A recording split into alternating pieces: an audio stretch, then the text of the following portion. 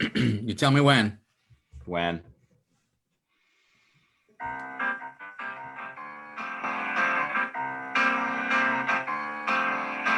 Vincent Van Gogh cut off his ear. Did he do it for love? Did he do it for fear? Who knows? Van Gogh. Ladies and gentlemen, welcome to the Dr. Joe Show. Yay, yay. Applause, applause, applause, applause, applause. And thank you, Tom. So we got Mark Stiles here, my co-host, and my other co-host, Tom McCoy, who we have been trying to get in for days. And Mark, perseverance, resilience, has been able to figure out the technology. So welcome, It's Tom a boy. McCoy. Hello. Good. And It's been challenging.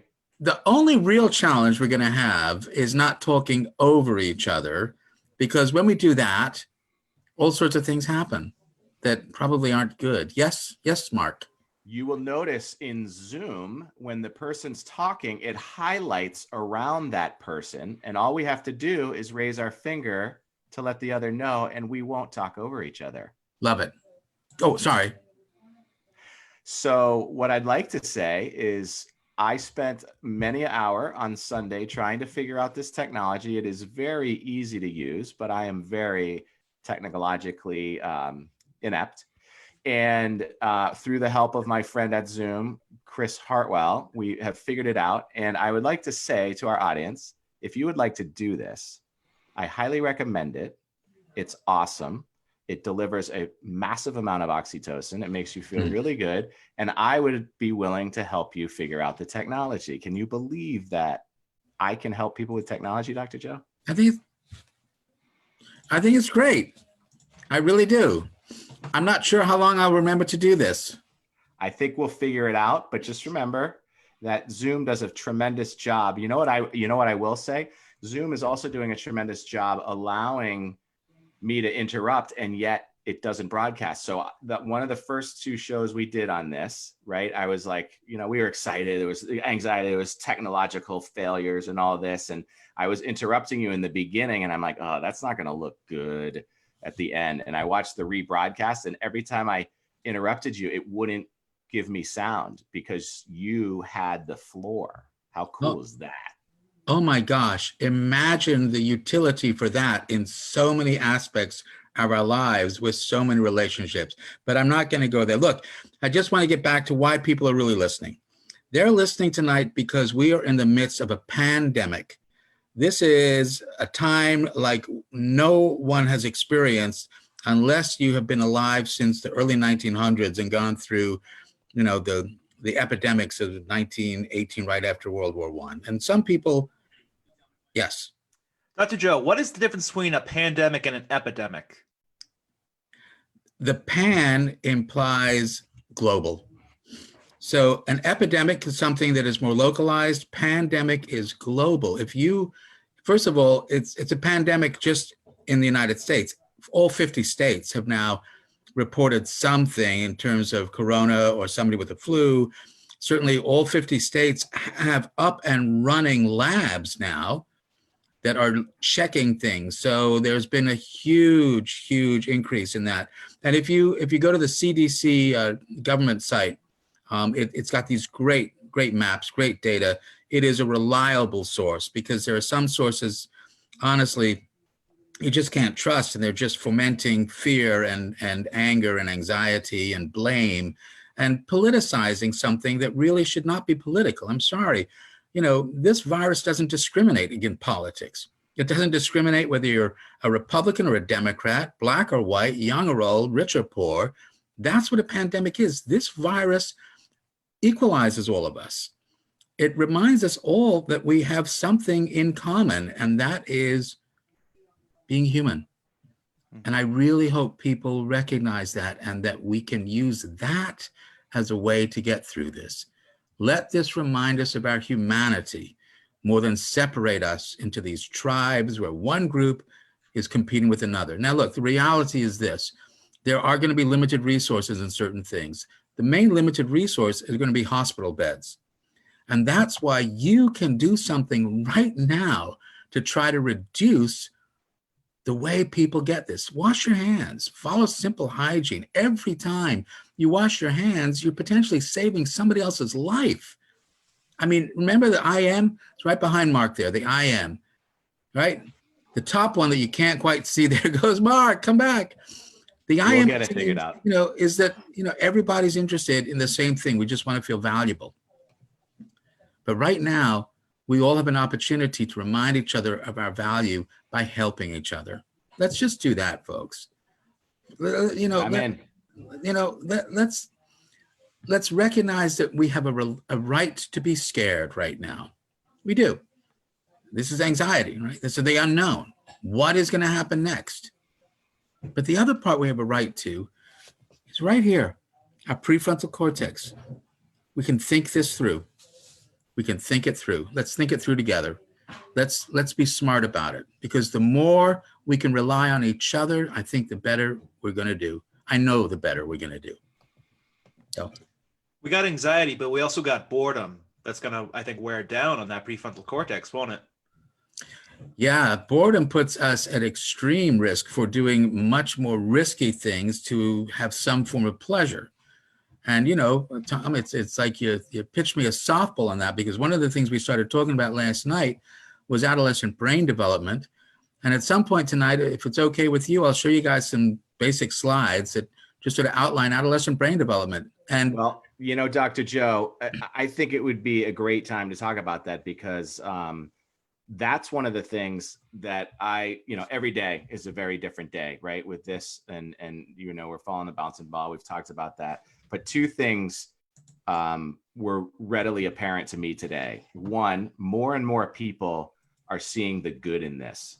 They're coming up and we're talking about, I haven't had a family dinner 3 days in a row ever in my family.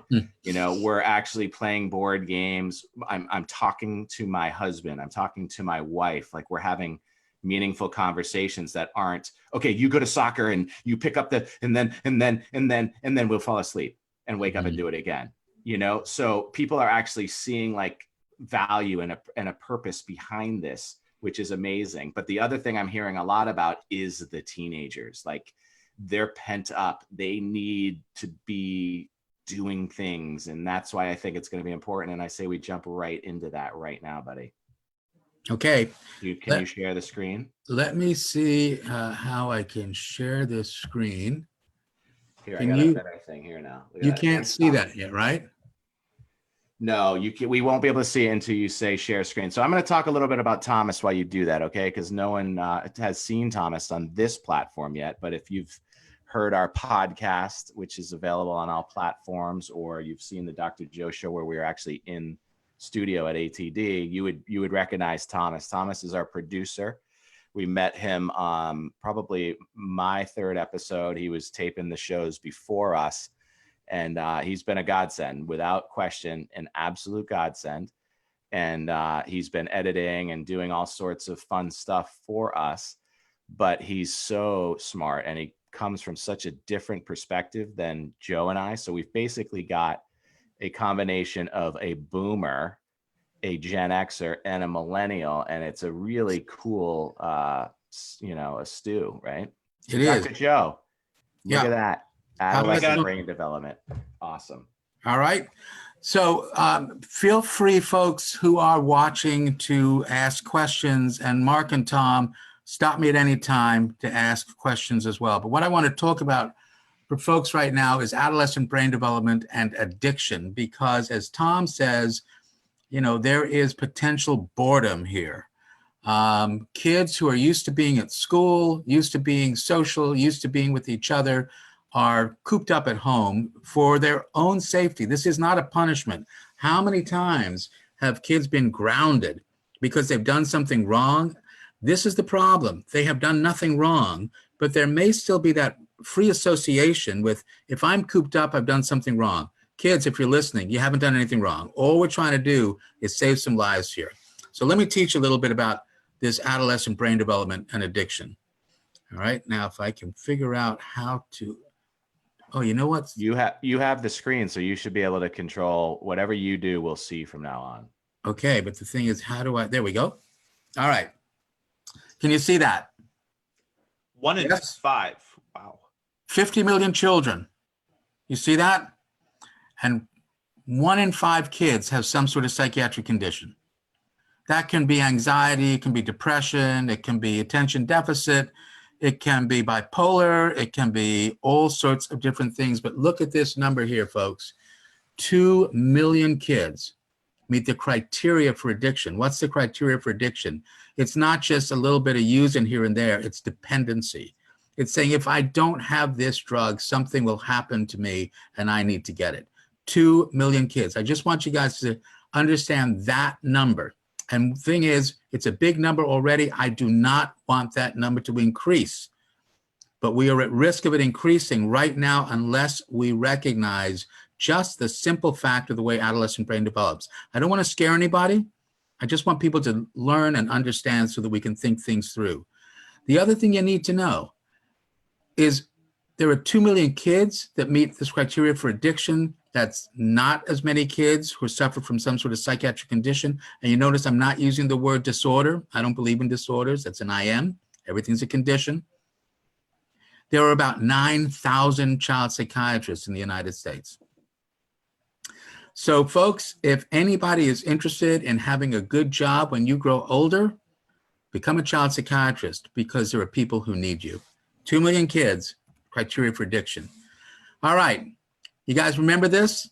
Everybody do me a favor who is listening or watching, just look at your index finger. Look at your index finger, thank you, Tom, and close one eye. And go back and forth. Open, close, open, close. What do you notice, Tom? Oh, it's moving. That's right. What is this witchcraft? It's it's moving because each of your eyes has a slightly different geographic location in the world, a slightly different perspective. And there are billions of perspectives in the world, each one as interesting as the next. Right now, many of us share the same perspective. We are fearing COVID. We are fearing coronavirus. We share a perspective right now. It's important what we do with it, but this shows how much in common we have. How do we get someone to share their perspective with us? So, folks in the audience, close both eyes and count to 3. Okay? So that's trust. Because, even though I'm not in the room, if I was in the room and I give this lecture to, hundreds and hundreds of people at a time, I say, that's trust, because you don't know I'm not going to jump off the podium and start, splacking you around. So how do we get someone to trust us?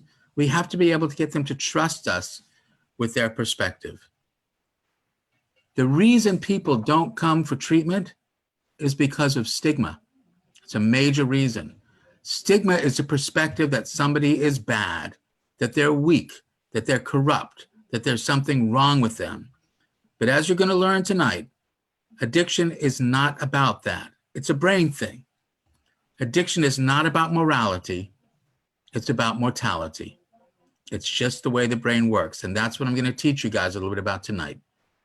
Addiction is not about morality. It's about mortality. So let's learn a bit about the adolescent brain. What do kids want? To be social, take risks, feel pleasure. It's a setup for addiction. I mean, we've all been adolescents. We all know what it is to want to be social, take risks, and feel pleasure. And luckily, not all of us have gone on to become addicted to drugs, but this is part of why kids are at such risk, because their brains are developing in such a way that it is a setup for addiction. Here are the numbers. You start using drugs or alcohol after the age of 21, 1 out of 25 people can become addicted. That's 4 in 100. You start using after the age of 21, 4 out of every 100 people can become addicted. But if you start using before the age of 18, number goes from 1 in 25 to, you want to guess? I know you know it because I told you, but what's the guess? What would you think if you didn't know the number? What would you say? Let's let it hang there. Let's think about this for a second. Let it hang, because 1 in 25 is a lot anyhow. Yeah. Right? So is it 1 in 15? Is it 1 in 10? I mean, these 12. are 1 in 1 in 8. What is Right. it, Dr. Joe? So we got this 2-minute delay, but folks who are there, type it in. 20 Ask about second. it. Wonder at 20-second delay? Yeah, Much let's more talk. deeper. Well, let's talk about the 20-second delay while we wait for them to Okay. tell maybe- me. Episode 1 that we did on this, you talked about the 20-second delay with respect to anxiety, right? Right. So let's go through that. So just real quick about anxiety, we have an opportunity to delay our response. It is important to be reflective and not reflexive. Delay the response you have. You're going to feel anxious. There's nothing wrong with anxiety. There's nothing wrong with anger. Nothing wrong with sadness. It's what you do with it that's important. Those are limbic feelings. We're going to get into the limbic system tonight. But you get to think things through. Be reflective, not reflexive. Wonder instead of worry. Take those 20 seconds to just think it through. In the same way that right now we're being asked to take 20 seconds to wash our hands. While you're washing your hands, it's your opportunity to just sort of chill a bit and think and just enjoy those 20 seconds. This is part of getting back to what Mark was talking about at the beginning. We're slowing down a bit. Not bad. It's kind of nice to slow down a bit. I mean, we're all running so fast. You run too fast, you don't get to see what's around you. So we're all slowing down. I'm going to go to this. That number goes from 1 in 25. Anybody else guessing? Hold on, let me look on Facebook. Stand Okay. by. Guess Bonsai. here. Hold on. Drum Okay. roll. Drum roll. Drum roll. We've got some guesses. We got some guesses. Betting ends. We got 1 in 10. Yeah. We got 20 out of 25. We Okay. got 5 out of 10. People aren't Okay. paying attention, but we'll work on math tomorrow with Mathnasium. Here's the 1 number. in 9. We got Yeah. 1 in 9. And we have, drum roll, the winner. Bam. Brett Weinroth knew it. 1 in 4. He's watching. Brett's paying attention, ladies and gentlemen. Think about But it. so what you're telling us, Dr. Joe, is that if you were to wait until you were 21, as opposed to experimenting before you're 18, you're Yep. saying that the difference for a potential lifelong addiction is from 1 in 25 to 1 in 4. 1 in 4. That's amazing. Yeah, it's a wow number.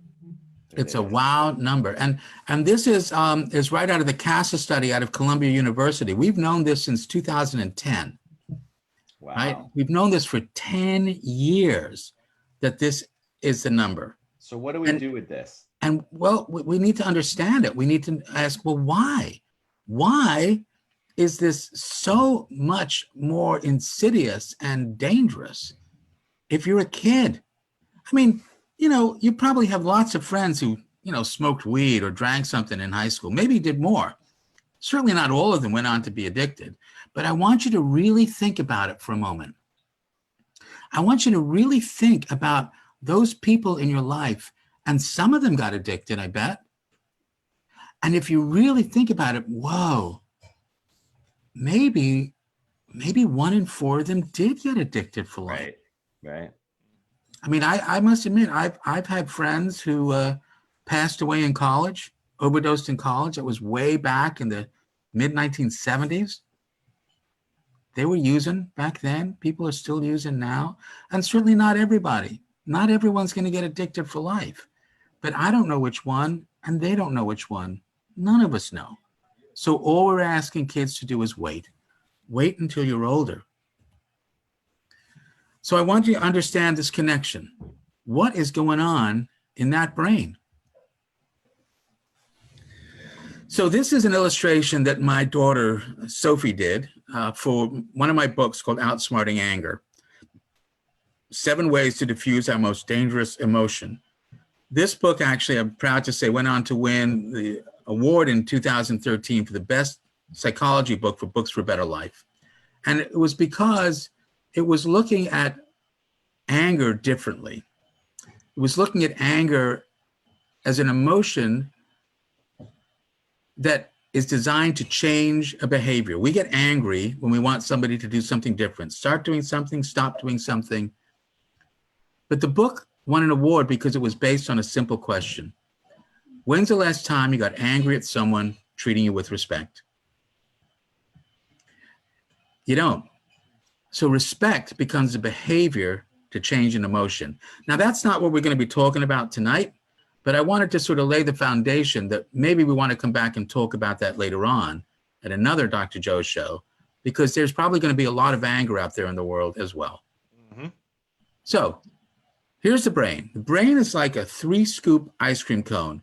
This idea was first presented by David Levine in a book called The Accidental Mind, which is a great book if you guys want to read it. But I just want to give credit where credit is due. He came up with the idea of using the metaphor of a 3-scoop ice cream cone.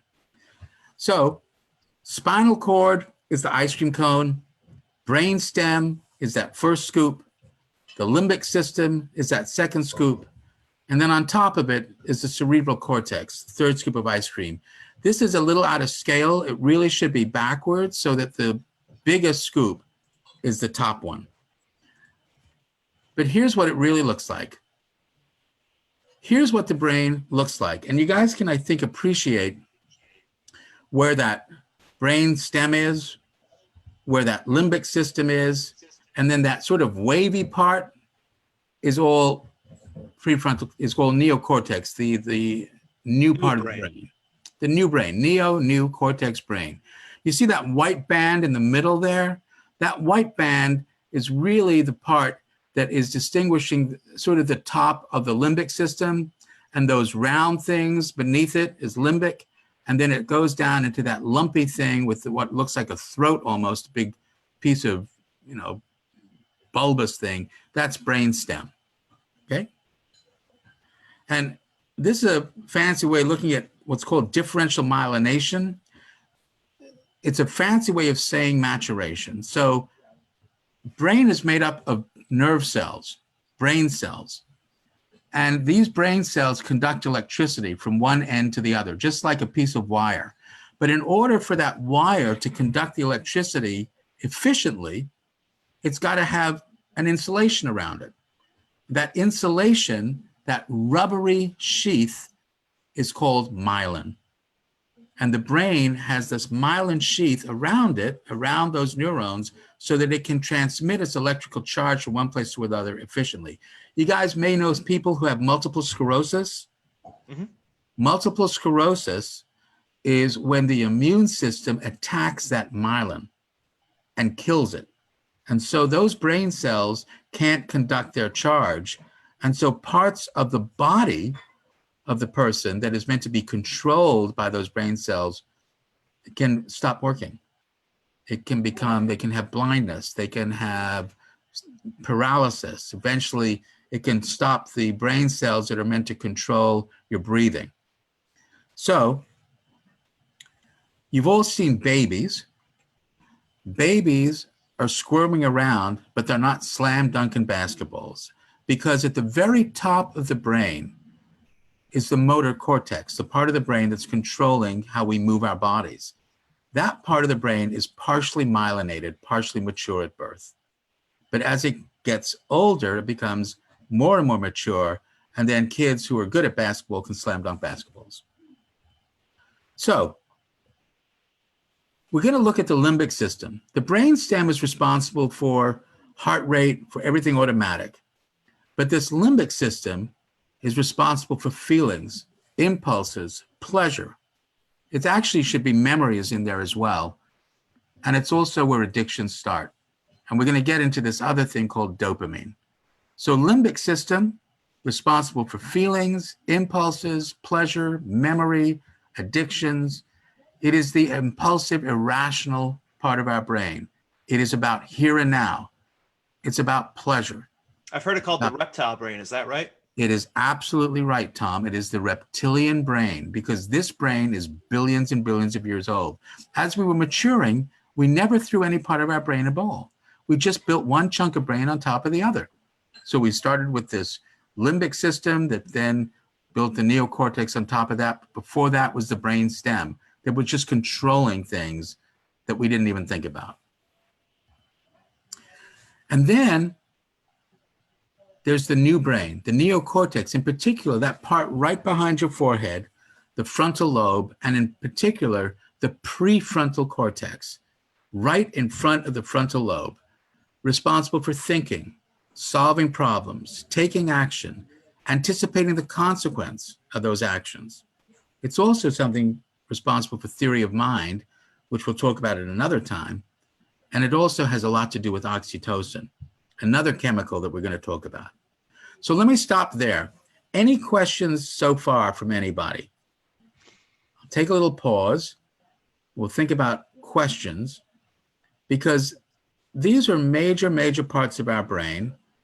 You know, I'll admit I've sort of distilled it down. It's a bit more complicated, but really, these are the parts of the brain that we are really interested in when it comes to addiction.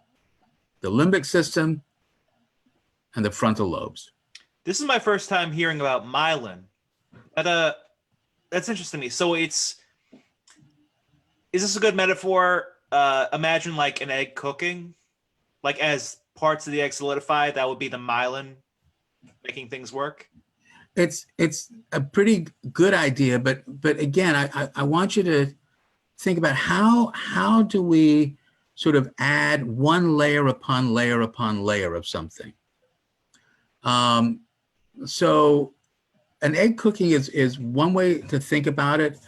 Another way to think about it, like I said, is being able to take a wire and having it work better. So, you know, with electricity, a wire doesn't work very well unless you've really got something that helps that charge stay in it. Another sort of analogy would be clothing. So if you're naked, you can be pretty cold, and it may immobilize you. You may not be able to do that much when you're that cold. But as you put one layer of clothing upon another, your body begins to warm up and you begin to have more activity and you can do more things. But that's what myelin is. It is based on some very interesting cells, which have a really cool name called oligodendrocytes. And that's in the central nervous system.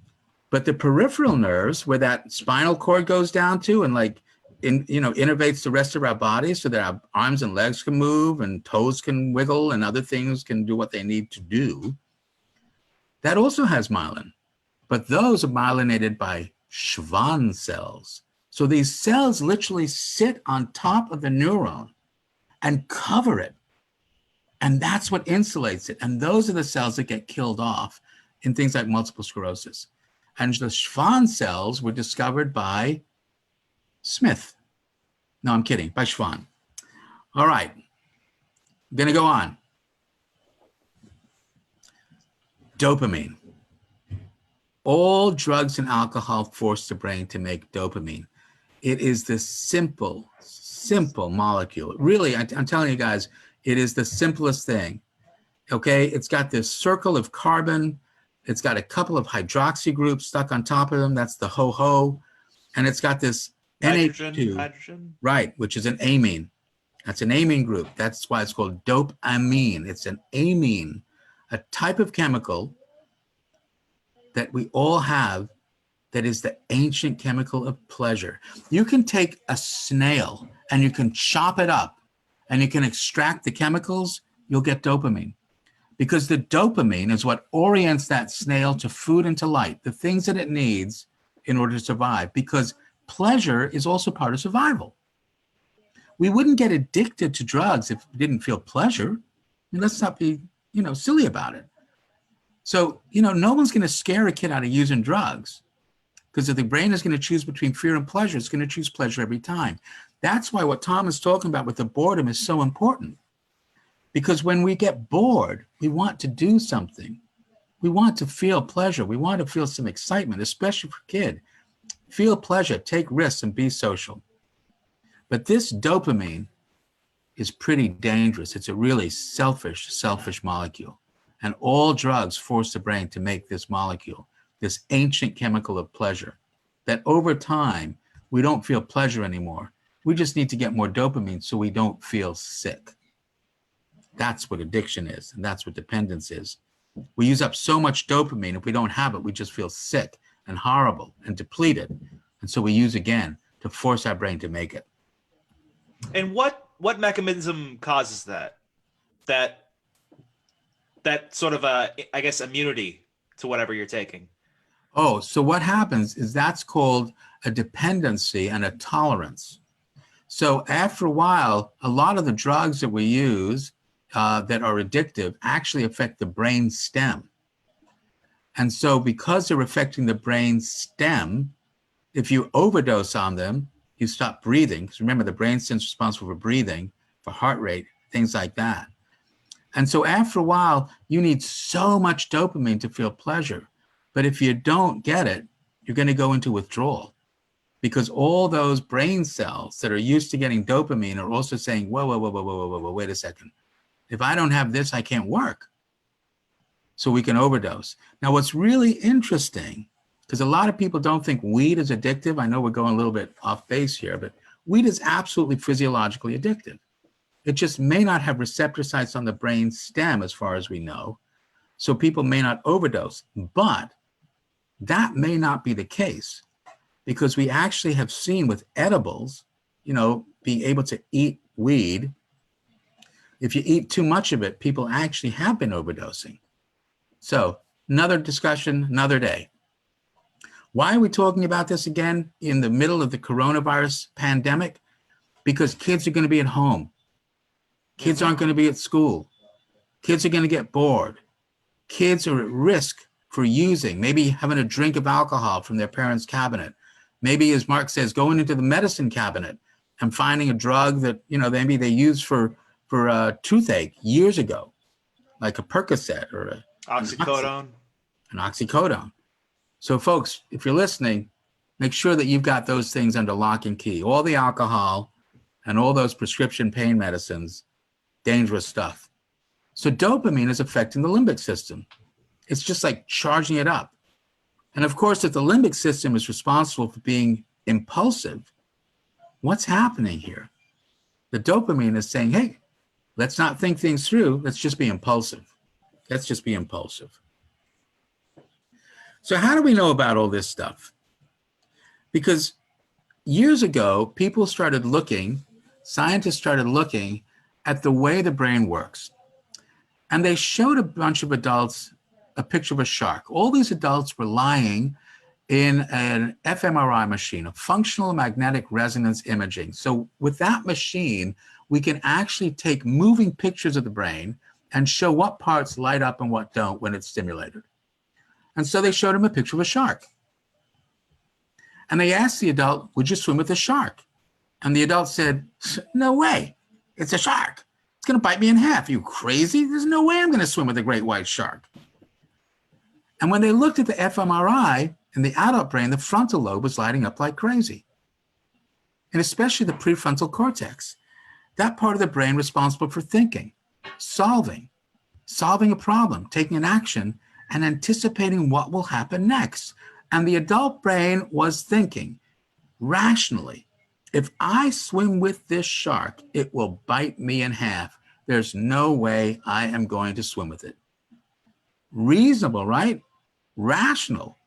That's what the prefrontal cortex is about. It's about thinking things through. What'll happen next? That's the part of the brain, like I say, when we're anxious, you put your hand on your forehead and you slow yourself down and think things through, because that anxiety comes from the limbic system. Emotions come from the limbic system. So you can put your hand on your forehead and just stop for a moment and think things through. So then these scientists showed the exact same picture to a group of teenagers. Exact same picture. There are those teenagers in the fMRI machine, and they said, would you swim with this shark? And the teenagers said, well, am I in a cage? Maybe. I got this. I can take that shark. Yeah, if the weather is nice, if the water is warm, if I got a new bathing suit, if I got a snorkel, if Jenny is there, I am so swimming with that shark. Ha ha ha.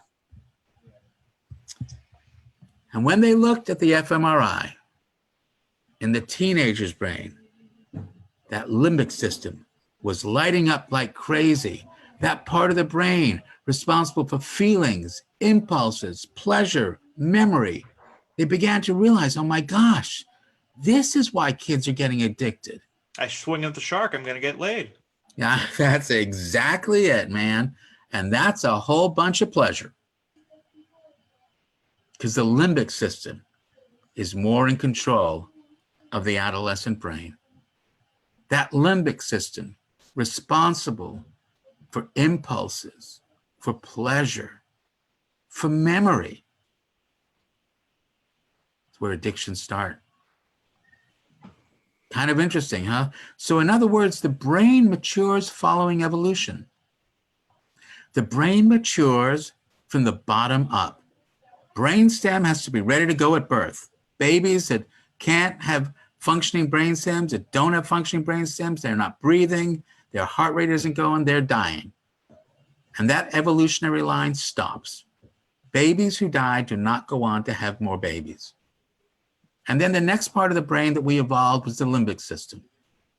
That reptilian brain, the lizard brain. And then the neocortex matures, becomes more and more myelinated.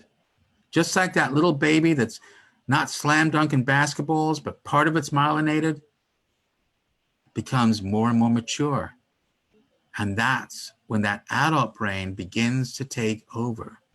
So in other words, the reason why it's 1 in 4, why 1 in 4 kids under the age of 18 can get addicted for life if they use drugs is because they're really not thinking about the future.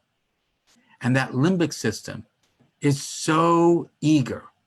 It just begins to take over. And that pleasure part just begins to take over. And those kids grow up, they're not thinking about the future anymore. They're just thinking about the immediate way of getting that next fix. How do I get that next fix? It's that 3-scoop ice cream cone. That's what's happening. The adolescent brain is a setup for addiction just because the way it's developing. Addiction is not about morality. It's about mortality. It's just the way the brain is. So I'm going to stop there, okay? Because tomorrow night, we can talk more about something else, theory of mind, and the ability to appreciate other people's point of view. Sorry, I should have warned you we were coming back. I was ready. I even have pants on. Way too much information. Step ahead of me. Okay, and it's better than Well, you know. Okay, can I tell a bad joke? Do you mind? Well, Because it's still completely an impulse. Did we stop you? I'm still waiting for a good joke out of you, but that's beside the point. No. The thing about not having pants just reminded me. I had a couple of patients on my inpatient unit, and there were these adolescent kids. One of them, was this absolutely beautiful young woman, had been bullied and was suicidal, but she was absolutely beautiful. No reason for her to have low self-esteem. She was gorgeous, lovely, lovely person, just inside and out, just a kind person. And there was this adolescent boy who clearly had some interest in her. And, on our inpatient units, everything is well supervised. All the rooms are separated. Nobody's going to be able to do anything. It was pretty cool. But we were, this boy and I were chatting in our session. And at the end, and he was talking about this girl. And I know this is probably the most inappropriate thing. I'm going to lose my whole audience about this. But again, this just talks about the impulsive adolescent brain. I just want to give it to you. But some of these kids can be pretty funny and pretty sharp. So this kid says to me as he's leaving after talking about this girl, "Hey, Dr. Schrand," he says, "What's the difference between an erection and a Subaru?" I said, "I don't know. What?" He said, "I don't have a Subaru." Okay, so let's go on. Any questions about this? Because I've thrown a lot of information at you, but what I'm trying to do, folks, is just give you some idea of what your kids may be up against. We've got this coronavirus and we're all worrying about it, but let's not take our eye off of what's going on at home. Mark says he's right. It's a great opportunity to be at home with our kids. It's a great opportunity to slow down, to just relax, to enjoy some time together. And I encourage people to do that. You know, there may have been old conflicts that you've had at home. There may have been times where you and your kids didn't get along. Well, you know what? Let's take this opportunity to understand that. We can get into the whole thing of anger, but anger is an emotion designed to change things. So ask yourself, what were we angry about? Because it's that anger that is interfering with your ability to now have that shared relationship. It's that anger that can absolutely erode those relationships, because anger is the fight branch of fight flight. We approach someone with anger, with the intention to get them to run away, to change, to behave, to do something. But what happens, folks, if you keep using anger and people keep running away? You're going to wind up alone. You'll be alone. Ultimately, that's what anger does. It isolates us. Now, there's nothing wrong with anger. It's what you do with it that's going to be important. So, I threw a lot of information at you. I threw it at you because I know you can manage it, because you can integrate it immediately. But what small change can you make today so that you can implement this right now? And here's one of them. Enjoy your kids. It is much more rewarding to be amazed at who your kids are than disappointed in who they are not. I love that. And for the kids listening, same thing. It is much more rewarding to be amazed at who your parents are than disappointed in who they are not. Because we're all amazing people. We really are. It's this perspective. If you can take someone's perspective, you've already learned more. You've increased your life. You've enhanced your whole value. Because when you listen to someone, you're giving them the gift of time. And when you give someone a gift, 90% of the time, what do they say in return? They say, thank you, right? Thank you. And we have time now. Yeah. Mm-hmm. No And excuse. 90% of the time when somebody says thank you, what does the other person say? You're welcome. Are welcome. You're welcome into my group. You're welcome into my life. You're welcome to share my perspective. How cool is that? Great. We can do this. Let's take the coronavirus as an opportunity. Yeah. I've used it a couple times today Yep. already, by the way. Have each other 6 feet back. Have each other 6 feet back. And let's, instead of social distancing, let's use polite nearness. We can do some polite nearness. So we got a few minutes left tonight. Can we do one thing that I always promise the listeners? Please. Can we go through your 4 R's of anxiety? Sure. So we'll do it again real quick. So if you go to your search engine and you type in my last name, Shrand, S-H-R-A-N-D, and then the words manage anxiety, so many people have looked at this that it pops pretty much right up. And it's a blog of mine called A Simple Technique to Manage Anxiety on Psychology Today. It would be great if you went to it, bookmarked it, liked it on the page, let us know that you viewed it. But it's based on cognitive behavioral therapy. What you think affects what you feel. It's the way our brain works. You've learned about the limbic system and you've learned about the prefrontal cortex. Well, what you think is going to affect what you feel. You think about something happy, you feel happy. Sad, you feel sad. Anxious, you feel anxious. So that anxiety is actually under your control. It has been all along. If you think anxiety is not under your control, Tom, if you think anxiety is not under control, what happens to anxiety? Keeps going. Spirals. Because what you think affects what you feel. How cool is that? So the 4 R's: recognize, rate, remember, reflect. The biggest mistake people make when they get anxious is they try to ignore it, or they try to distract themselves. They try to do something else. That's exactly what anxiety wants you to do. Remember, it's the flight branch of the fight-flight response. When faced with a predator, we want to run away if we don't think we can beat it. That's anxiety. And so it's an avoidance emotion. So when we get anxious, we want to avoid it. We want to do something else. But every time you avoid anxiety, you begin teaching your brain that you're not strong enough to deal with that anxiety. You have to avoid it. Now, Mark, if you don't think you're strong enough to deal with anxiety, what happens to anxiety? It overruns. Because what you think affects what you feel. So the first thing to remember is that anxiety is a limbic function. Remember the limbic system about emotions? Well, that's where anxiety is coming from. It's an emotion. It's a primitive reptilian emotion. Oh my gosh, there's danger, there's a saber-toothed tiger, there's danger. So the first R is to recognize that. Recognition is a prefrontal cortex function.